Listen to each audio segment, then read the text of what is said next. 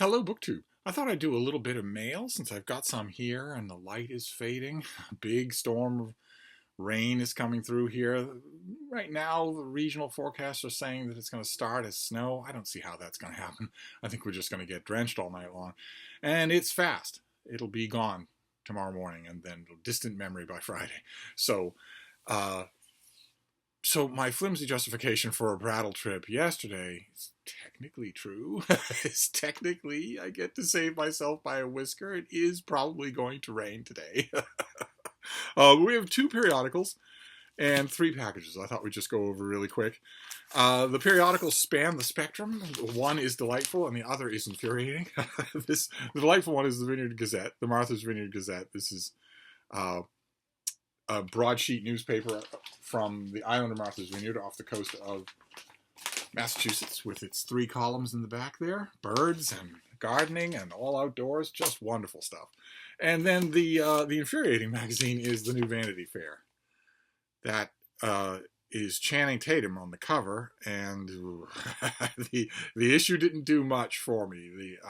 The Channing Tatum article in here is a masterclass in fake Hollywood interview. Channing Tatum has sort of capitalized on a kind of shaped persona of being totally real, someone who's not caught up in the weirdness and pretentiousness of Hollywood, but he doesn't say a single true word, breathe a single true molecule of air anywhere in the interview.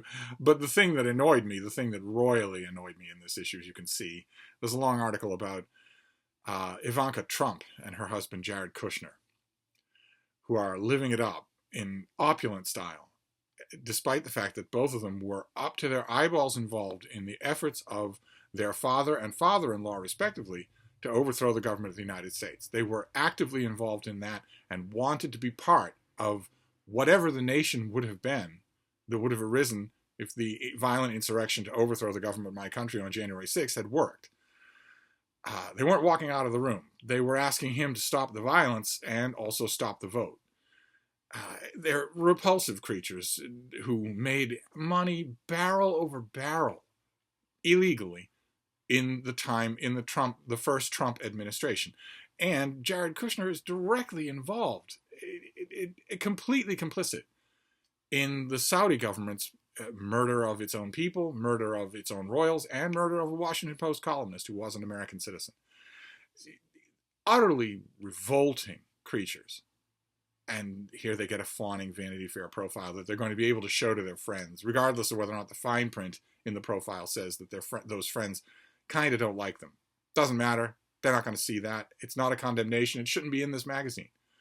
It's imagine if Vanity Fair did a nice, loving, relatively neutral, full-color spread about the fashion stylings of Magda Goebbels.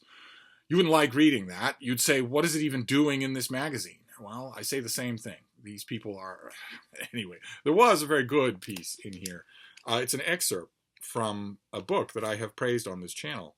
I think I have. I've mentioned it. I might not have got around to talking to you about it after. It's the author of the book is Jeff Charlotte, and he does a book here called adapted excerpt from that book called Death Tripping, where he travels around in rural Wisconsin to talk to some of the people there about what they think about abortion or Trump or electoral integrity or China.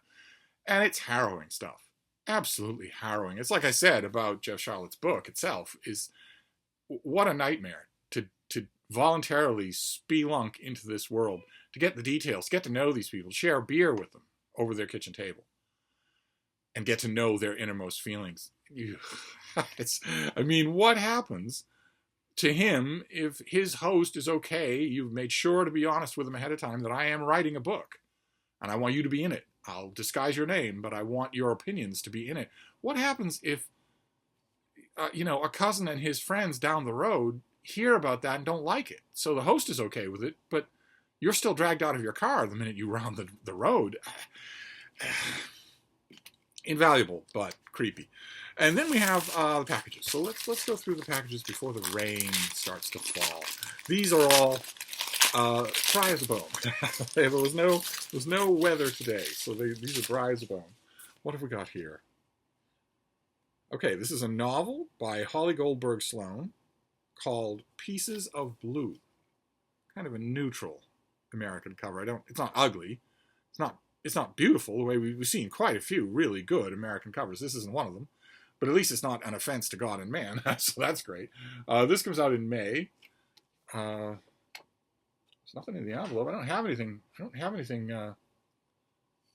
to show you here. So let's just read the cover copy that will be on the dust jacket. This is going to be a hardcover in May.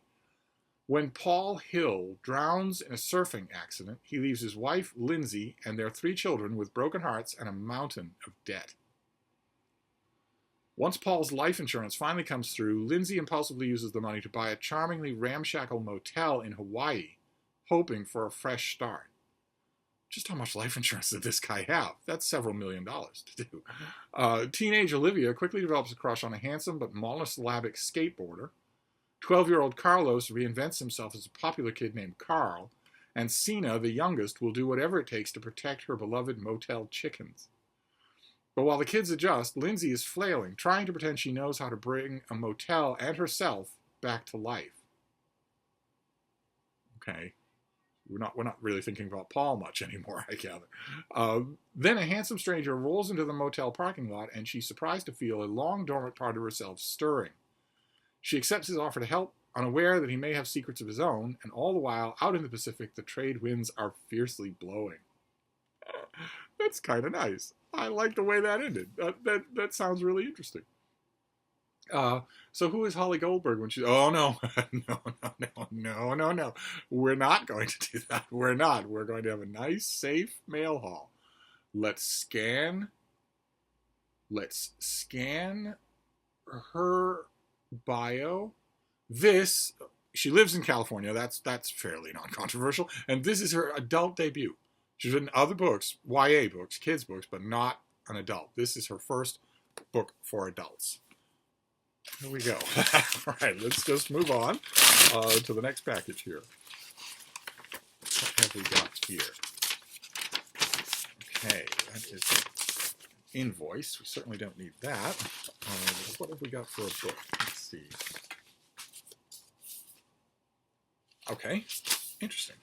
All right, so this is a finished copy. And I don't have any sheet on it. The invoice isn't going to tell me anything except what this would cost. So I don't know when this comes out. I'm assuming fairly soon. I mean, it's a finished copy, so either the remainder of this month or early February. This is A Map of Longings, The Life and Works of Agha Shahid Ali by Manan Kapoor. So who is this person, the subject of this book? A beautifully written first biography of one of the world's finest 20th century poets. And Agha Shahid Ali was born in 1949 and died in 2001, became one of the most celebrated American poets of the latter 20th century. No, he did not. Okay, that is simply a lie. Not a good way to start a pub sheet. His works have touched millions of lives around the world. Traversing multiple geographies, cultures, religions, and traditions, this beloved witness mapped the varied landscapes of the Indian subcontinent and America. In this biography, the author narrates Shahid's evolution, following in his footsteps from Kashmir to New Delhi to the American Southwest and Massachusetts. The author charts Shahid's friendships with such figures as James Merrill, Salman Rushdie, and Edward Said, explores how Shahid responded to events around the world, including the partition of the Indian subcontinent and the AIDS epidemic in America, and draws on unpublished materials and in-depth interviews to reveal the experiences and relationships that informed his poetry. Fantastic. Fantastic. Okay, so this is Agha Shahid Ali's first biography, first ever biography. Interesting. And the author, again, we can step carefully. The author wrote a book called The Lamentations of a Somber Sky, and is a PhD student at Harvard University. He's currently a PhD student at Harvard University, hence his youth. So good for him. Fantastic. This might be his first work of biography, certainly his first work of nonfiction, maybe. Okay, great. Fantastic. A biography. I'll have to find out the date on it, put it in the work schedule accordingly. Then we have one last book, and then we'll be done with completely problem-free mail haul. No rants, no cancellations, no nothing. No, nothing like that. Oh, okay, great. Fantastic. Great. Let's put you away from there. This is a finished copy of something we've already seen. This is the finished copy of The Fires by Sigridur Hagelin Bjornsdottir. Good Lord Almighty. What is it with the Scandinavians? Like O'Reilly would be too bad for you.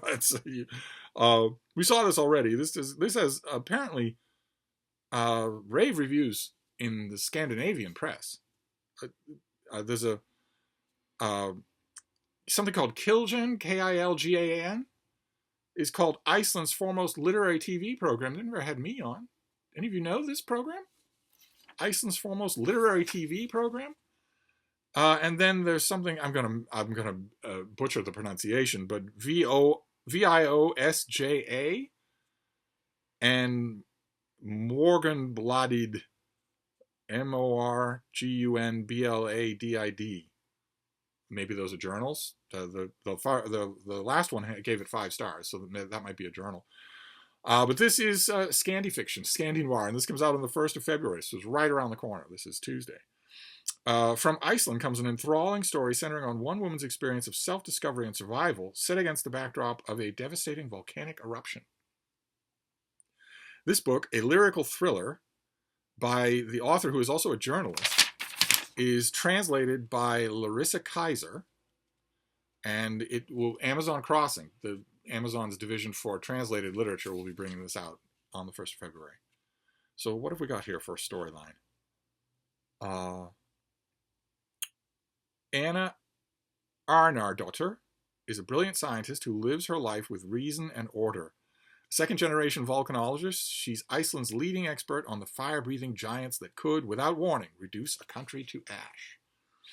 Her work regularly puts her in harm's way, but Anna never takes unnecessary risks, living a quiet and predictable life with her tax lawyer husband and children. Then, as a series of earthquakes rock Reykjavik, Anna falls madly in love with Thomas Adler, a bohemian photographer she meets at work. Against her better judgment, she tumbles into a secret affair, hating the thought of hurting her family, but intoxicated by a passion unlike anything she's ever experienced. Okay, great. Yeah, so you're a liar, and you have sacrificed any goodwill that the reader has for you because you are a liar, because you are betraying your word. I guarantee you that 5 daiquiris in a row at a really comfortable posh resort will give you an intoxication like nothing you've never known before. You're not going to expect the reader to absolve you if you use that intoxication as an excuse to drive your car. But anyway, the signs seem to indicate that a great disaster is to come. But now that she's upended her entire life, can Anna rely on herself to make the crucial decisions that could save the nation from destruction? Okay. Then we get a little bit of the author's biography, but we're going to step carefully. The author has worked in television news reporting. That's fairly safe. We can say that. And then we'll move on to a curious fact, which cannot possibly have a Twitter spin to it, which is that when this novel was published in Iceland, there hadn't been any volcanic activity near the nation's capital in more than 800 years.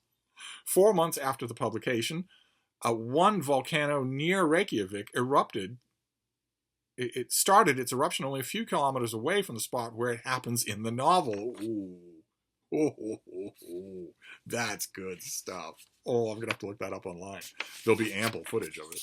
Fantastic. Well, this thing's been staring me in the face because I am now looking at February coverage, of course. I'm looking at books to review in February. This thing's been staring me in the face, and I kept wondering, will I get this? Will I get a finished copy? It's not always a done deal that I get a finished copy, although I'm noticing on the pub material, I'm going to have to get in touch with the publicist at Amazon and ask about this. The publicity material tells you, it's coming out on the 1st of February. It's 333 pages. It's going to be $28.99. But it also mentions that it's also available in trade paperback, audiobook, and Kindle edition. So does this have a paperback at the same time as the hardcover? That would be a huge step in the right direction. Absolutely, that would be. That would be a huge step in the right direction. Bring this thing out, a print run in hardcover and a print run in paperback, and presumably a cheaper print run as a Kindle edition, and then pay close attention to what happens. Does the hardcover at $30 not sell at all? Trade paperback sells really well, much better than the hardcover would have, and the Kindle outstrips them both? Then you know something very important. You know that your books, anyway, are overpriced for their market. You could take steps accordingly. You could save money on this author's next translated work by not producing a hardcover except for libraries. A very, very limited print number, 500 copies maybe, of a hardcover. All the rest in paperback original. You'd save a lot of money that way, wouldn't you? Anyway, that is very interesting. I'm going to have to check into that. Lots to look up on for this thing. So this is right around the corner, but I want to check on that volcanic eruption. And I also want to check on what's going on here. What's going on with Amazon Crossings? They're bringing this out in all of its publication formats all at once. I would love that if that started to be the norm. That would be fantastic. So there you go. That is our mail. In addition to Chan Tatum, we have The Fires in a hardcover. We have Map of Longings, the first biography of this poet. And we have Pieces of Blue, a contemporary novel that sounds a lot like a romance. So not a bad mail haul, something definitely to sink my teeth into. I will read The Fires tonight, for instance. And I'll check on the date for Map of Longings. Maybe I'll be reading that tonight as well. They're tiny. I mean, that represents half of my page count reading for one night. All of these together do. I'm not going to read Pieces of Blue so early, but the other two are small, so they won't take long to go through and see what they have to offer me. But anyway, there you go. Nice, clean, safe email before it starts to rain or snow. I don't know if it's going to snow. I know that Mark Richardson is going to get snow, but I don't know that we are. The forecast right up until mid-morning were persistently saying that the storm that's coming, that's going to break in a few hours, is going to start with hours of snow before it transitions to rain. But there just isn't the temperature on the ground for that. So I don't see how that's going to happen. But we shall see. I will report back, of course. Thank you, BookTube.